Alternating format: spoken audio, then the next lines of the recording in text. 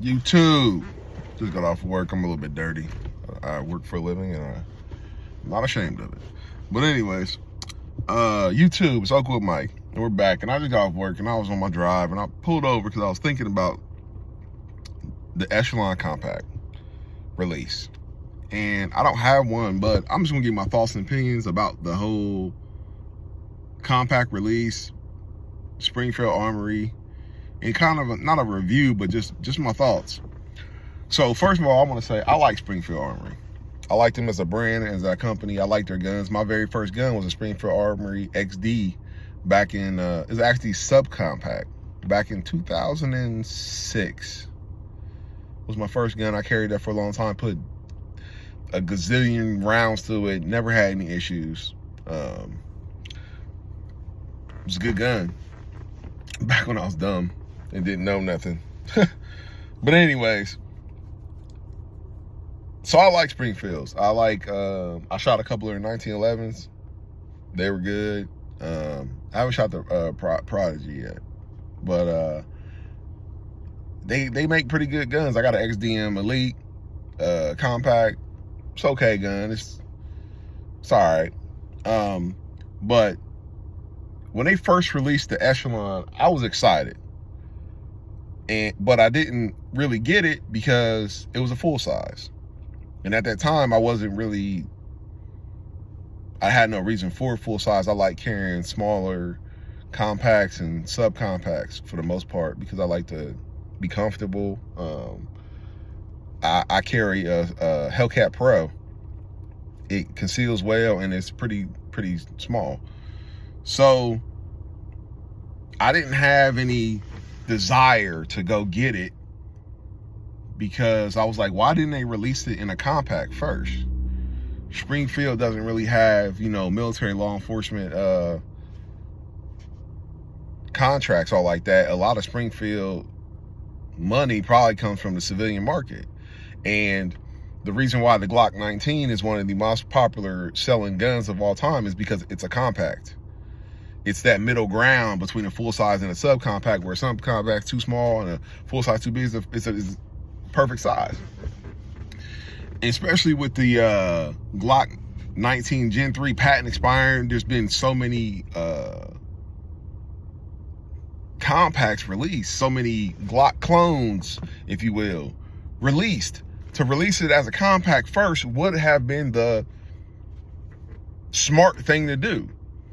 So they released the full size, and I'm sitting here like, okay, well, they're probably going to release a compact, and because it has the chassis system very soon.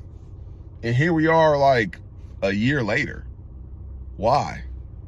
It just didn't make sense to me.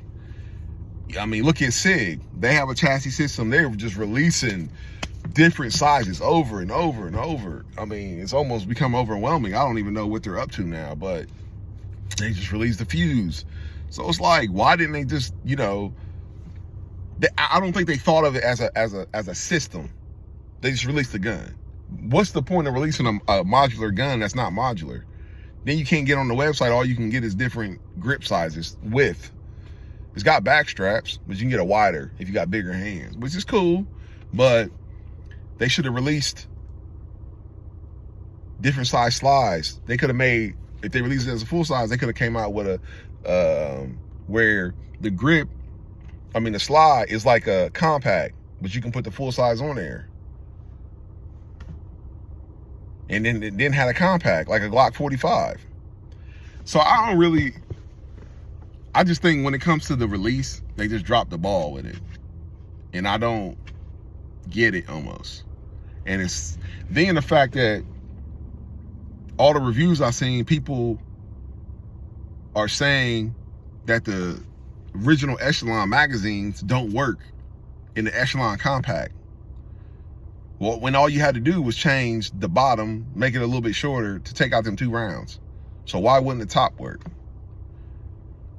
It's just confusing, and it's like making me really question Springfield. It's like, what was y'all thinking? I don't think they were. I don't think they was thinking that, like, you released a modular gun that's not modular. And you can't depend on the aftermarket to do it. It makes no sense. But hopefully they get this magazine situation sorted out. And once that's done, I'll probably pick one up anyways. Because you can always take a compact and make it bigger. You can't take a full size and make it smaller. Oh, without extra frames for your chassis system. So, and a lot of people are, you know what I'm saying, calling it the Glock 19 killer and all this, that, and the third. I'm gonna just address that real quick. The Glock 19, any Glocks ain't going nowhere. They have a long history. They have a long track record of reliability. Whether you like Glocks or not, they're not going nowhere. They're not bad guns. They just need touch-ups. They the Hondas of the gun world. You just got to customize them to make them really what you want. On paper, it's a way better gun. But they're similar because before Glock came out with a polymer striker fired pistol that is somewhat modular, you had metal guns and hammer fire. Glock changed handguns, and they was the first ones with a subcompact, a true subcompact.